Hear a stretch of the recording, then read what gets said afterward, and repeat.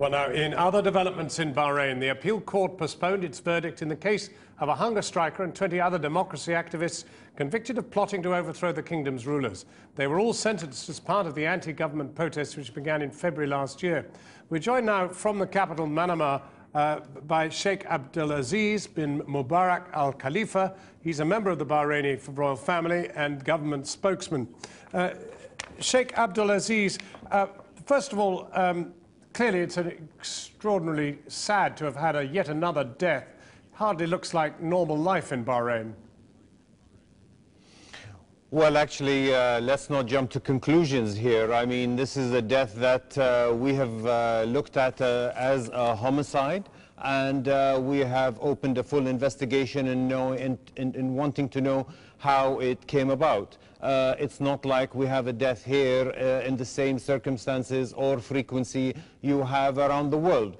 I'd like to raise the point that your journalist talked about earlier on in his coverage. Now, drama aside, we have over 250 journalists who have been accredited by the FIA here in Bahrain, and we told the other broadcast stations like CNN, BBC, Channel 4, you may come before the race or you may come after the race. That's complete nonsense. That's absolutely nonsense, Sheikh Abdulaziz.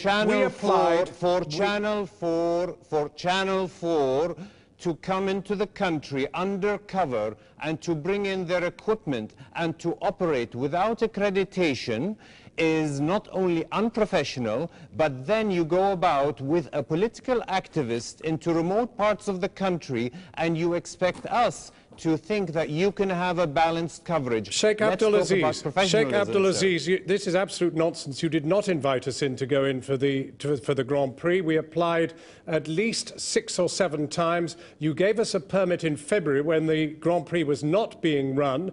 When we applied to come on the 13th of April, which was our latest application, it was refused, and point blank refused. So don't go telling the world that in some way you invited us in. You only had the BBC in there as a British broadcaster.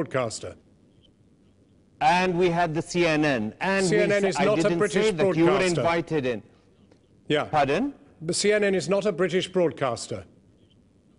It's still another world media broadcast station. Yes. And we did not invite you in for the Formula One. We said either before or after. Yes, and well, as it happens, we wanted to film what you said was going to be a normal event. Of course, it was an abnormal event because, of course, very large numbers of people in the country were protesting. And we did get into your country perfectly legally as tourists. Now, obviously, we broke your regulations. Actually, if you had come here and done that here, you would have been perfectly permissible. You did not allow us to do it in your country. Well, actually, I don't know what the rules are in Great Britain, but I can think of several Western nations where if you want to go filming an illegal protest or any march, you would need some kind of accreditation. You name me one. Name me one. Name me a country that in the West that bans people from going to film protests. You can tell me that if you were to go to the United States and there was a march and you don't need any accreditation, you could do it for an international broadcast station? Certainly, if you had entered the country legally, yes. Well, that's it. If you have a media visa and you go into the country and have the accreditation, then you may film an illegal protest or a protest. Okay, the regulation there was broken, but the point is that the measures you took to arrest our journalists for what is a pretty minor infringement, I think you'll agree, helicopter, 10 to 15 men in balaclavas chasing around. I mean, anyone would think they'd murdered the king. I challenge you, if he was mistreated or your team was mistreated in any way. Our team was mistreated. Because our team was mistreated. I challenge you, if anybody was mistreated, to come forward and to open a case, and that person will be charged. Well, let me tell you, the driver was mistreated.